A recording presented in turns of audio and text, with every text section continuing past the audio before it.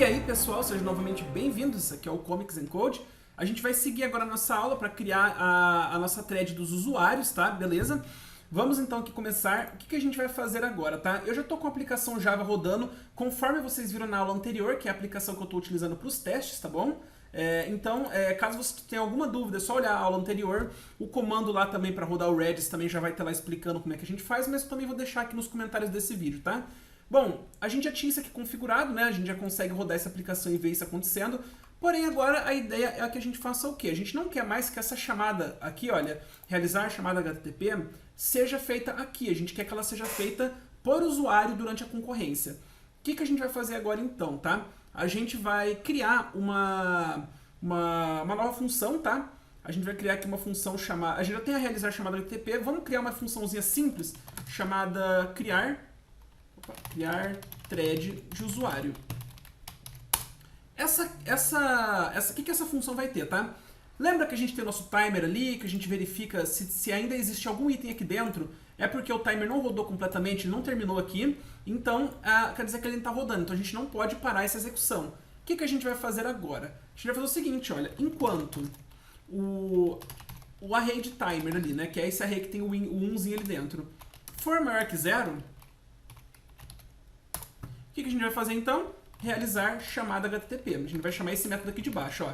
Então, cada vez que a gente vai criar uma thread para cada usuário que a gente tem, e enquanto esse enquanto timer, né? Enquanto o array de timer existir, a gente vai estar bombardeando isso aqui infinitamente com requisições. Então vamos lá, olha, o que a gente vai fazer aqui agora? A gente vai tirar essa chamada daqui. Aqui agora a gente vai fazer o seguinte. Como a gente já tem aqui a nossa informação da concorrência, o que é a concorrência? É a quantidade de usuários que a gente vai ter. Para cada usuário no range de concorrência, o que a gente vai fazer aqui? Olha, então, se a gente falou que a gente quer 10 usuários simultâneos, então o que a gente quer na verdade? Na verdade, o que a gente quer para cada um desses usuários, a gente vai criar uma thread, e essa thread... Vamos fazer exatamente igual está aqui em cima. Olha, a gente pode até copiar aqui em cima e colar aqui embaixo. E aqui a gente vai chamar a função criar thread de usuário. O que isso vai acontecer agora? Olha só, se a gente falar que a gente quer 10 usuários concorrentes, ele vai criar 10 threads que vão rodar essa função aqui. Olha. Então, enquanto estiver rodando o tempo, cada um dos 10 vai estar... ele vai fazer uma chamada, assim que a chamada devolver uma resposta, ele vai voltar aqui e vai chamar de novo. Então você pode ver que a partir desse momento, se a gente rodar aqui a nossa requisição, ele vai fazer muita chamada na nossa API em Java. Ó, ela está rodando aqui, quietinha. O que eu vou fazer agora? Eu vou fazer aqui, olha, Python. Eu vou rodar aqui, eu já estava no... Eu vou colocar um pouco menos, colocar 10 usuários durante 10 segundos, tá? Vamos lá, olha só que legal que vai acontecer agora.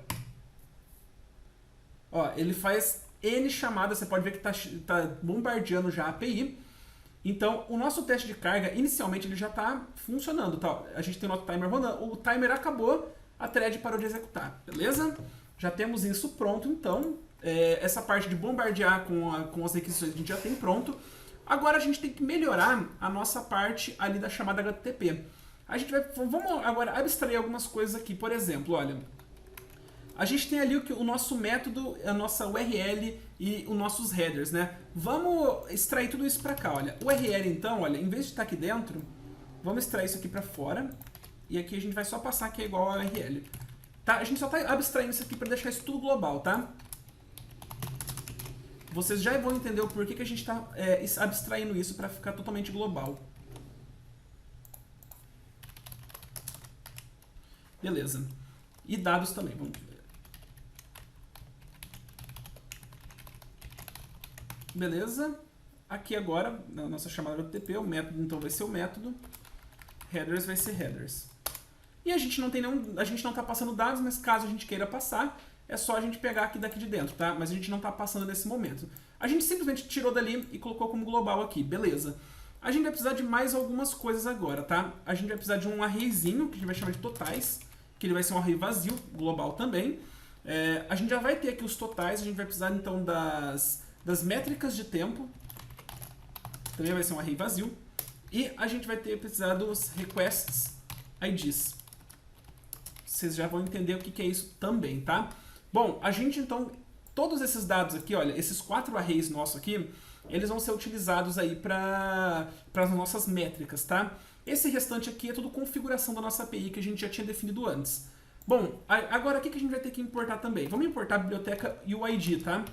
Que isso aqui, ele basicamente vai gerar um ID aleatório no formato UID. Então esses são todos os imports. Caso você não tenha, é só você abrir o terminal aqui e mandar um pip install UID, tá? Como eu já tenho aqui, eu não vou precisar fazer isso, e ele vai instalar essa biblioteca para vocês. O que vai acontecer agora então? Olha, aqui em realizar a chamada HTTP, a primeira coisa que eu quero fazer é o seguinte: eu quero ter um request ID, porque eu quero registrar cada pequena requisição na nossa chamada HTTP. Por que eu quero fazer isso? Então vamos lá, eu quero converter uma string, tá?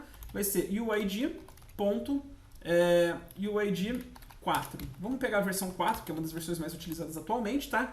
Então cada vez que cada usuário fizer uma requisição aqui, ele vai ter um ID único. O que a gente vai fazer? A gente vai dar um requestsids.append esse request ID, porque a gente quer identificar esse cara aqui, olha.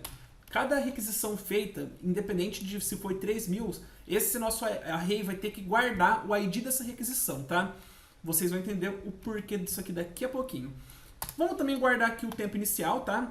Tempo inicial vai ser igual a time.processtime, que é daquela biblioteca de time que a gente já tinha configurado ali.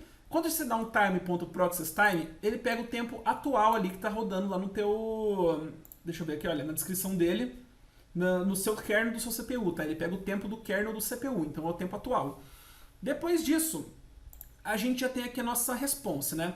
A gente faz essa chamada. O que a gente vai fazer depois disso? A gente vai parar de printar esses dois caras aqui, por enquanto, tá? Aqui depois de response, a gente vai ter o tempo total. Uma galera passou dando grau aqui. O tempo total, então, vai ser o quê? A gente vai fazer aqui, olha, o time.processtime menos o tempo inicial. Opa! Essa biblioteca, ela já vai fazer isso pra gente e ela vai devolver esse resultado em segundos.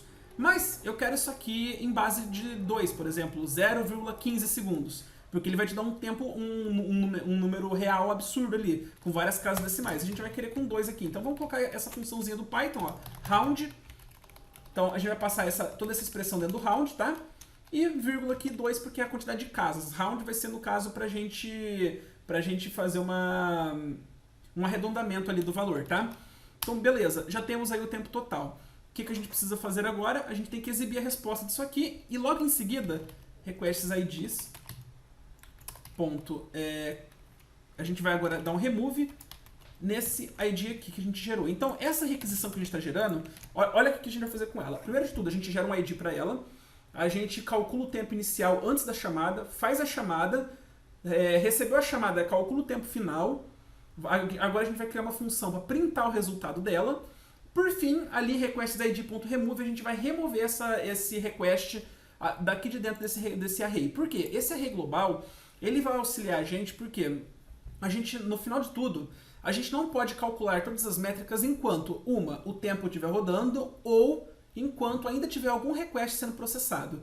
Quando ele sair daqui, olha, quando ele sair dessa lista de remove, quer dizer que ele já foi processado e que ele não vai mais ser executado. Até lá, a gente não pode calcular nenhuma métrica porque tem alguma requisição rodando, beleza? É por isso que a gente está fazendo isso. Vamos criar mais uma funçãozinha agora, def, que vai ser o exibir resposta da requisição. Aqui a gente vai receber a resposta, o response ali e o tempo total. Beleza? O que a gente vai fazer aqui? Olha, depois disso a gente vai fazer o exibir resposta da requisição, passando o response e o tempo total.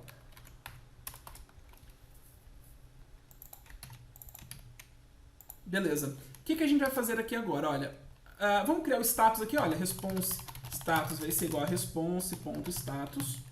Beleza? Se, o que a gente vai fazer agora? Olha, se o response status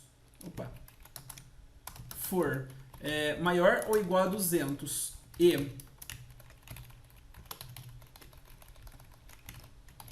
for menor que 300, quer dizer que isso foi um sucesso. Caso contrário, a gente vai ter um else aqui então, que vai ser o caso de erro, tá? O que a gente quer informar agora na nossa aplicação? Primeiro de tudo, aqui em totais, que eu falei para vocês lá, a gente vai colocar totais.append Vamos colocar aqui a palavra sucesso. Por quê, tá? Aqui depois a gente quer calcular todas as métricas de quantos sucessos e quantas falhas. Então a gente simplesmente, toda vez que fizer uma requisição das milhares que vão ser feitas, toda vez que uma der sucesso, a gente vai guardar ela num array de sucesso.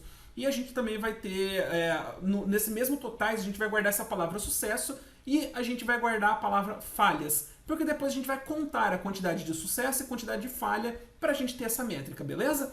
Bem simples aqui então, olha, vamos fazer a mesma coisa aqui, ó. Chegou no else, a gente vai colocar como falha. Então beleza, agora a gente só tem que printar esse resultado, né, para ficar elegante no nosso terminal, olha. Então o que a gente quer printar?